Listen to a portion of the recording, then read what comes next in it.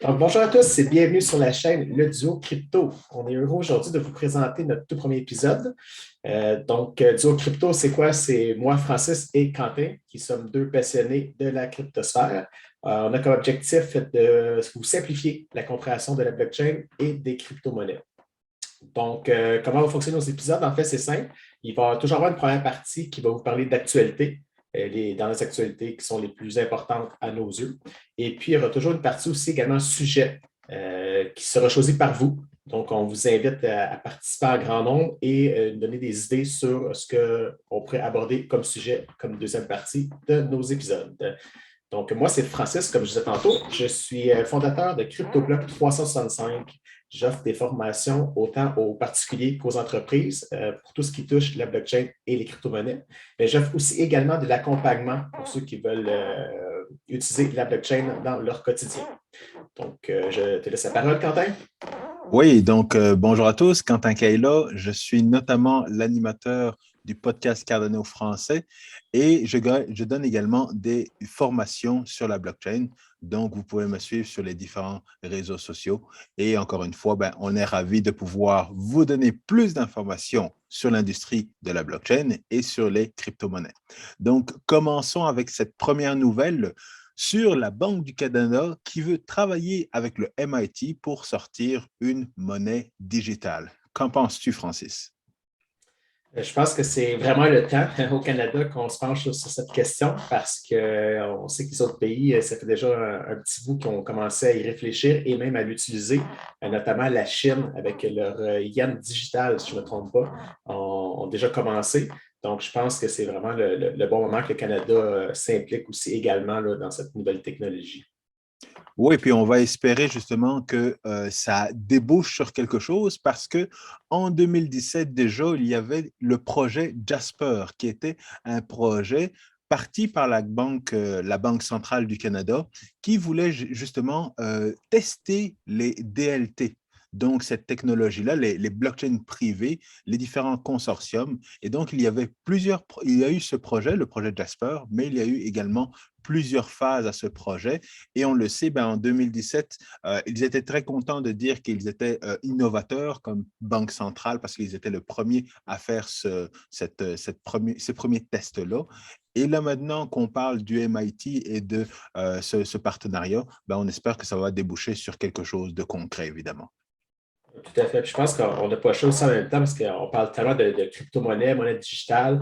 Si on veut, si on veut, je parle plutôt, si le gouvernement veut mettre des lois et bien encadrer ça, je pense qu'il faut commencer quelque part. Puis la monnaie digitale, c'est l'endroit où débuter, là, selon moi. Là. Définitivement.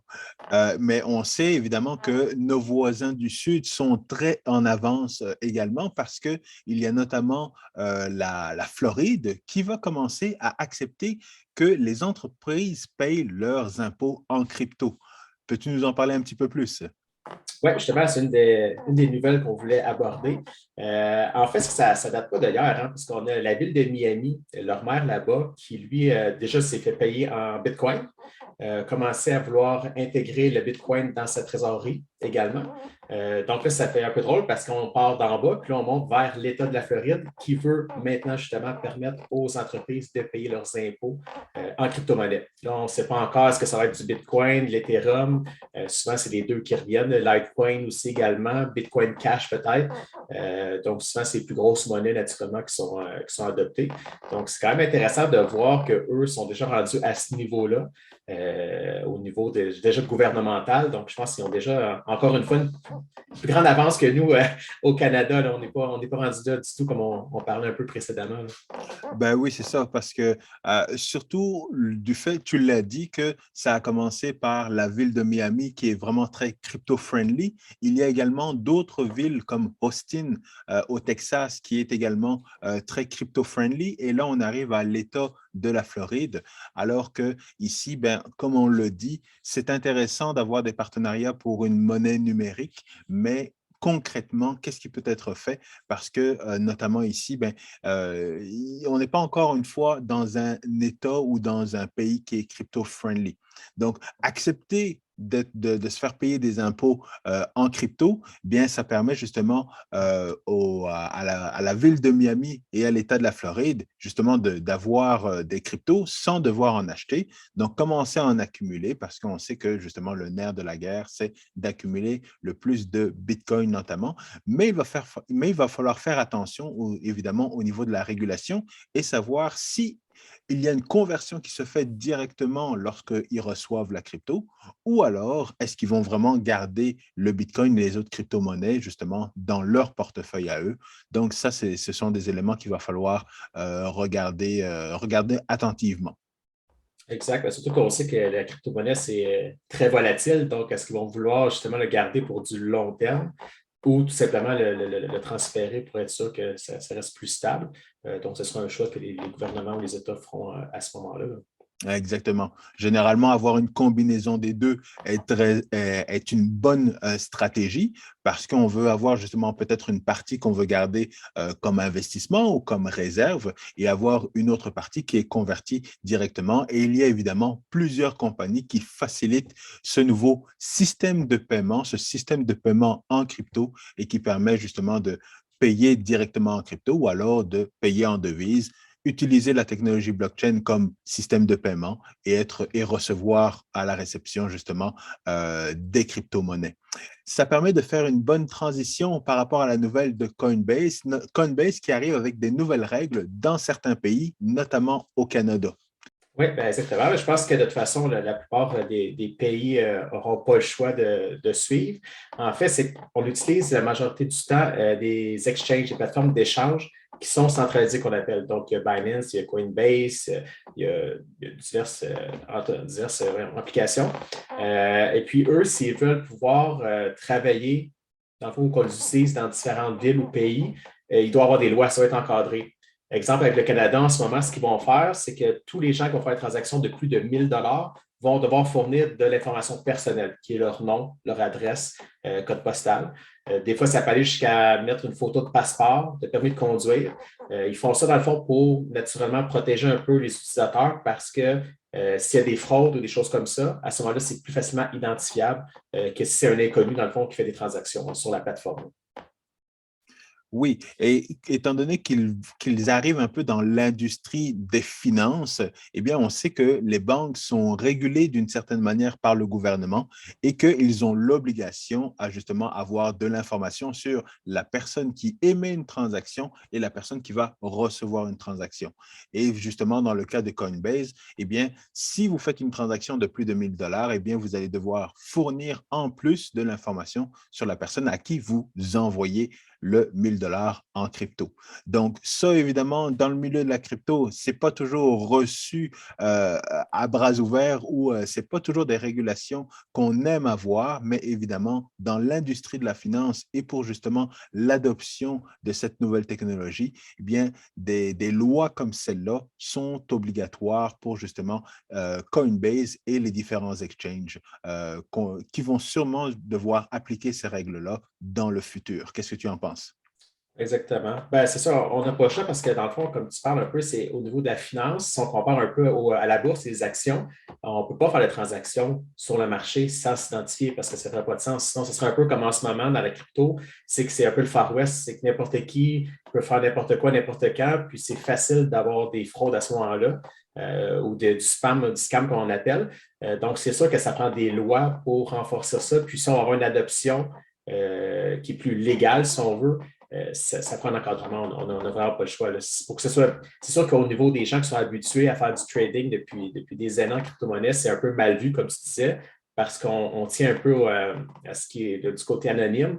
Mais par contre, si on veut vraiment pousser au niveau d'adoption, on n'aura pas le choix de passer par des lois à ce moment-là. Exactement, parce qu'il y a différents use cases pour différentes situations.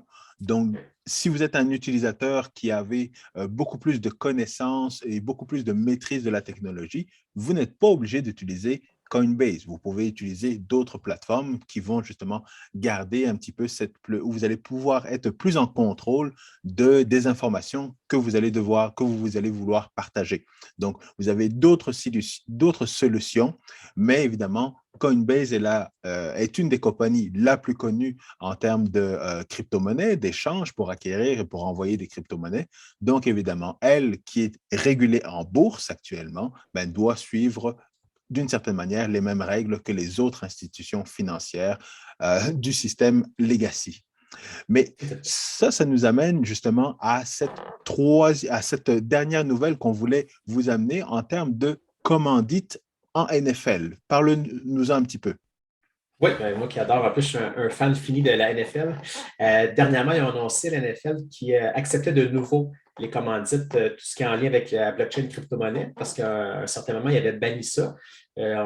C'est sûr que la NFL sont beaucoup plus sévères en termes de critères versus d'autres sports, quand on pense au soccer ou à la Formule 1, qui, eux, ça fait déjà un bon bout de temps qui ont des commandites, mais des commandites qui sont visibles. En F1, il y a des écuries qui ont maintenant sur leur voiture des logos, que ça peut être crypto.com, il y a même Tezos aussi qui était très présent.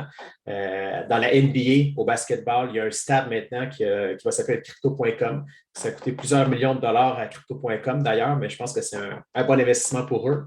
La NFL, maintenant, ils vont repermettre le système de commandite. Par contre, ils vont être quand même sévères là-dessus. Ce qui veut dire, c'est qu'il n'y aura pas de logo sur les chandails. Aucun logo visible, en fait, que ce soit sur le stade, à l'intérieur du stade, sur les chandails, ce ne sera pas possible. Par contre, ça n'empêchera pas un projet de crypto-monnaie d'investir puis aider à financer une équipe de la NFL à ce moment-là. Puis il y a aussi une durée également, aussi, j'allais oublier, de 3 ans maximum pour qu'il puisse avoir une rotation, justement, qu'il n'y ait pas juste un monopole avec certains projets de crypto-monnaie. Oui, et ça, justement, c'est un premier pas, encore une fois, vers l'adoption. C'est ce qui nous amène justement à penser que les crypto-monnaies et l'industrie de la blockchain est là, évidemment, pour rester. Parce que c'est bien que tu le précises, parce que la NFL est justement une des plus grosses ligues, si pas la plus grosse ligue aux États-Unis. Et dans les autres ligues, la NBA et notamment le soccer, eh bien, c'était les compagnies en crypto qui faisaient l'annonce qu'ils sont maintenant partenaires ou qu'ils sponsorisent justement une équipe ou qu'ils achètent ou alors qu'ils ont justement leur nom sur différents terrains de basket en NBA.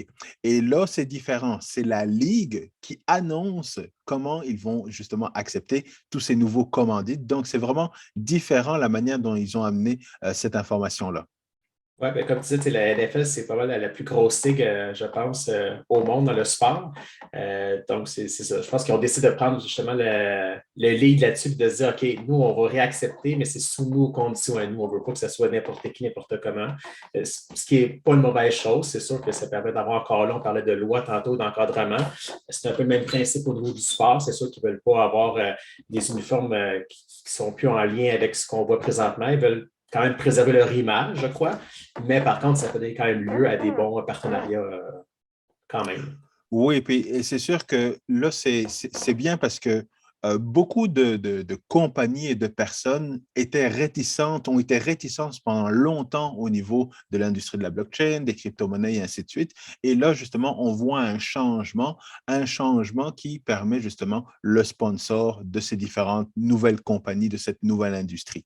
Alors, c'est une bonne façon justement de pouvoir attirer les nouveaux sponsors. Maintenant, trop de restrictions tue l'innovation, mais c'est sûr que on n'est pas l'industrie de la NFL n'est pas encore une industrie qui est en danger, même si justement on voit au niveau même crypto.com pour la prochaine Coupe du Monde est un sponsor justement de la prochaine Coupe du Monde. Donc là, on voit déjà au niveau du soccer qui est une renommée internationale, notamment la Coupe du Monde, que là, on est déjà beaucoup plus loin. Des blockchains ou des crypto-monnaies comme Chiliz également ont beaucoup de partenariats de NFT, notamment avec certains clubs. On pense au Real de Madrid, si je ne me trompe pas, Barcelone, le Paris Saint-Germain. Donc, plusieurs ligues sportives sont déjà en partenariat depuis plusieurs années maintenant. Donc, on va voir qu'est-ce que ça va donner pour la NFL, mais encore une fois, on sait que c'est un pas dans la bonne direction. Exactement. Puis tous les bons pas dans la bonne direction, on est heureux de ça. Exactement, exactement. Donc, c'est la manière dont cette industrie va grossir et justement, on va arriver à une adoption globale et à différents use cases, encore une fois, de l'utilisation de la technologie. Est-ce que ça va être des DAO? Est-ce que ça va être justement d'autres NFT? Est-ce que ça va être des événements sociaux sur la blockchain? On a bien hâte de voir qu'est-ce qui va être pensé et développé par justement toutes ces compagnies-là. Tout à fait, Quentin. Alors, on termine là-dessus pour les différentes nouvelles sur l'industrie de la crypto. N'hésitez pas à liker la vidéo, abonnez-vous à la chaîne YouTube, partagez l'épisode avec le plus de monde possible. Si vous êtes intéressé à entrer en communication avec nous, n'hésitez pas à regarder les liens dans la description et nous, on se retrouve la semaine prochaine pour plus de news au niveau des cryptos. Alors, salut Francis, Salut, Quentin, et bonne journée à tous. bonne semaine.